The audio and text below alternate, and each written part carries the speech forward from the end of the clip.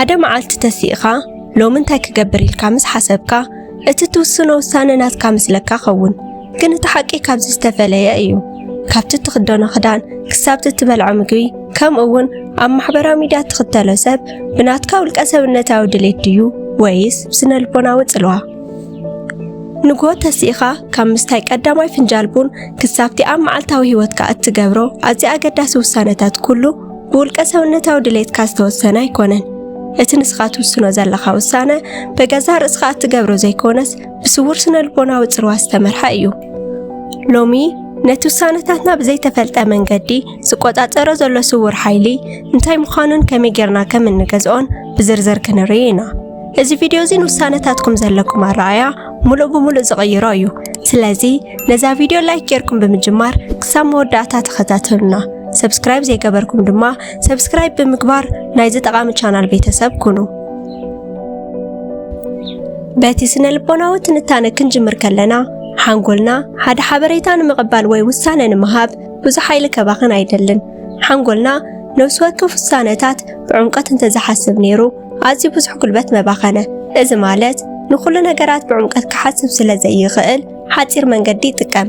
በዚ ምኽንያት ድማ ሲስተማን ብዝበሃል ቁልጡፍ ስምዒታውን ዘይሓሰብካዮ ውሳነታትን ክትውስን ይዳርገካ።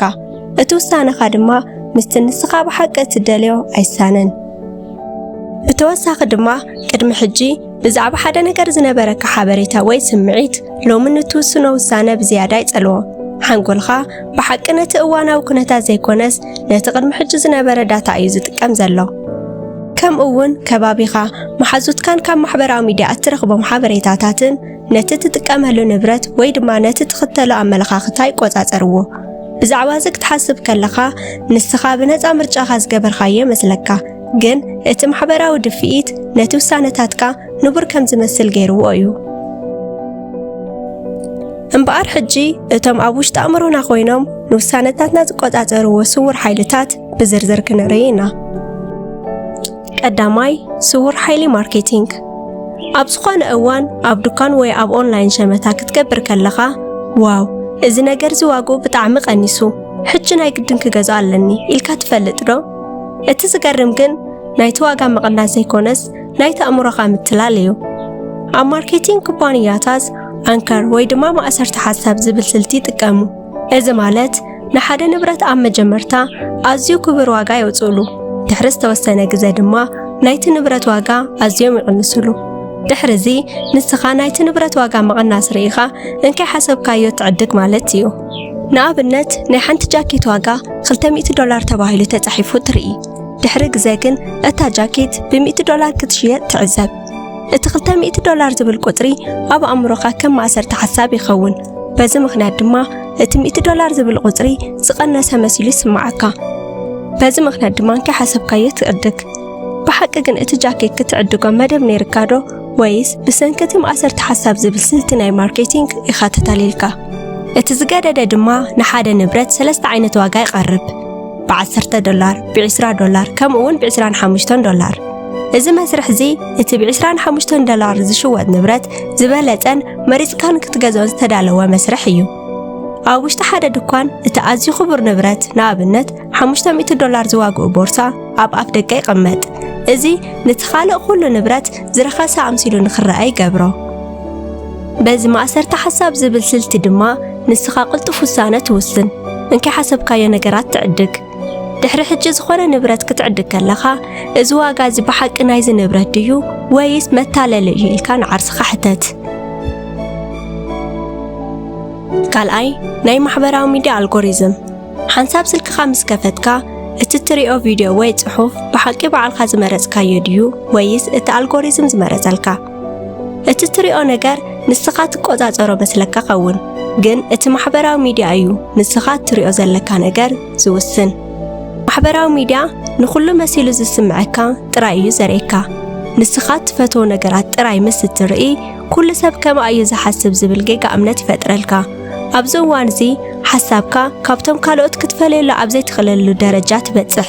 እቶም ላይክ፣ ሼር ከምኡውን ኖቲፊኬሽን ዝብሉ ነገራት ንሓንጎልካ ናይ ሓጎስ ሆርሞን ከም ዘመንጩ ይገብርዎ። እዚ ማለት ማሕበራዊ ሚድያ ከም ሓደ ዓይነት መንቅሕ መድሓኒት ኮይናሎ ማለት እዩ። በብደቂቁ ቪድዮ ክትርኢ ከለኻ ቀፂሉ ዝመጽእ ቪድዮ ንክትሪኦ ይዕድመካ። እዚ ስልት እዚ ንስኻ ንኽጽምት ጥራሕ ዝተዳለወ እዩ። ኩል ግዜ ሓበሬታ ስለ ትረክብ ኣዝየ ፈሊጠየ ዝብል ጉጉይ ስምዒት ይፈጥረልካ። እዚ ማለት ናይ ማሕበራዊ ሚድያ ኣልጎሪዝም ክንደየናይ ንኣእምሮና ናይ ምቁጽጻር ስውር ሓይሊ ከም ዘለዎ የርእየና። ሳልሳይ ናይ በዝሒ ሰባት ጽልዋ። ሓደ ነገር ብዙሓት ሰባት ስለ ዝገበርዎ ጥራይ ንስኻ እውን ትገብሮ ዶ? ንኣብነት ኣብ ማሕበራዊ ሚድያ ሓደ ነገር ቫይራል ምስ ኮነ እቲ ነገርቲ እንታይ ምዃኑን ከይፈለጥካ ምስቶም ብዙሓት ሰባት ትጽምበር ዶ? እዚ ናይ በዝሒ ሰባት ጽልዋ ይበሃል። ሰብ ምዃን ብተፈጥሮኡ ምስ ብዙሕነት ምኻድ እዩ። ሓደ ነገር ብዙሓት ሰባት እንተገይሮምዎ እዚ ነገር ትክክል ክኸውን ኣለዎ ኢልና ንኣምን። እዚ ማሕበራዊ መረጋገፂ ይበሃል። እቲ ጸገም ግን ኩል ግዜ ብዙሓት ሰባት ዝተቐበልዎ ነገር ትክክል ማለት ኣይኮነን። ብተወሳኺ ድማ ካብቲ ናይ ማሕበረሰብ ተመክሮ ወይ ድማ ካብቲ ምርኢት ናይ ዲጂታል ዓለም ክትርሕቕ ትፈርሕ ዶ? እዚ ፍርሒ እዚ ንስኻ ንሓደሽቲ ምርኢታት ብቕልጡፍ ከም እትቕበል ይገብረካ። ከምኡ እውን ኩላትና መሲልና ክንረአ እንደሊ። ምስቲ ብዙሓት ሰባት ዝገብርዎ ክትስማዕማዕ ከለኻ ንባዕልኻ ድሕንነት ከም ዘለካ መሲሉ ይስምዓካ። ስለዚ ሓደ ነገር ቅድሚ ምግባርካ እዚ ነገር እዚ ብሓቂ ይገልጸኒ ድዩ ወይስ ብዙሓት ሰባት ስለ ዝገበርዎ እየ ዝገብረ ዘለኹ ኢልካ ንዓርስኻ ሕተት። ሕጂ ድማ ናብ ናይ ዓርስኻ ውሳነ ንምምላስ ክትገብሮም ዘለካ ተግባራዊ መፍትሕታት ክንርኢ። እዚ ኩሉ ተጽዕኖ እንዳሃለወ ነፃ ምርጫኻ መሊስካ ዓርስኻ ክትውስነሉ ትኽእለሉ መንገዲ ኣሎ ዶ? መልስኻ እዋ ኣሎ እዩ። ሓንጎልካ ቋማ ኣይኮነን። ሓንጎልካ ክትቅይረሉ ትኽእለሉ 3 ተግባራዊ መንገድታት እንሆ። ቀዳማይ ናይ 5 ሰከንድ ሕጊ። ሓደ ውሳነ ቅድሚ ምውሳንካ ን5 ሰከንድ ደው በል። እቲ 5 ሰከንድ ካብ ስምዒታዊ ሲስተም 1 ናብ ምኽንያታዊ ሲስተም 2 ሓንጎልካ ንኽትሰግር ይሕግዘካ። ኣብታ 5 ሰከንድ ውሽጢ እዚ ውሳነ እዚ ብሓቂ ኣድላይ ድዩ ኢልካ ንባዕልካ ሕተት። ካልኣይ ጥርጣረ። ጥርጣረ ክበሃል ከሎ ብኻሊእ መንገዲ ኣይኮነን። ሓደ ነገር ምስ ተረኣየካ ሽዑ ንሽዑ ኣይትእመን። ንምንታይ እዩ? መን እዩ ዝነግረኒ ዘሎ? እንታይ ዕላማ ኣለዎ ኢልካ ሕተት። እቶም ጽልዋታት ንምቅላስ መጀመርታ ክትጠራጠር ኣለካ። ከምዚ ምባልካ ናይ ዓርስኻ ውሳነ ንክትህብ ይገብረካ እዩ። ሳልሳይ ዲጂታል ዲቶክስ። ኣብ ሰሙን ሓደ መዓልቲ ወይ ብውሕዱ ኣብ መዓልቲ 2 ሰዓት ካብ ስልክኻ ርሓቕ። ሓንጎልካ ካብቲ ናይ ኣልጎሪዝም ጽልዋ ነፃ ክወፅእ ግበሮ። ከምዚ ምግባርካ ባዶነት ስምዓካ ኸውን፣ ግን ድማ እታ ባዶነት ንሳ እያ ነፃነትካ ትመልሰልካ። እዞም መንገድታት እዚኦም ኣብ ሓደ መዓልቲ ለውጢ ዘምጽኡ ኣይኮኑን፣ ግን ሎሚ ካብቶም 3 መንገድታት ንሓንቲ ጥራሕ ፈትን። ድሕሪ እታ ናይ መጀመርታ ሓንቲ ስጉምቲ ለውጢ ቀስ ብቀስ ክመጽእ ክጅምር እዩ።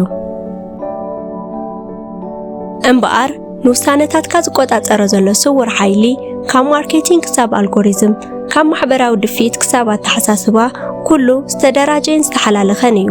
ግን እቲ ዝዓበየ ናይ ሓቂ ነፃነት ኣብ ኢድካ እዩ ዘሎ። ንውሳነታትካ ብሓቂ ናትካ ምስ ትገብሮም ህይወትካ ትቆጻጸሮ። እዚ ማለት ንባዕልካ ምፍላጥ እዩ። ኣብ መወዳእታ ሎሚ ዝወሰንካዮ ውሳነ ብባዕለይ ዝወሰንክዎ ድዩ ወይስ ብነገራት ተደፋፊየ ኢልካ ሕተት። ውሳነታትካ ብንቕሓት ሕልና ወስን።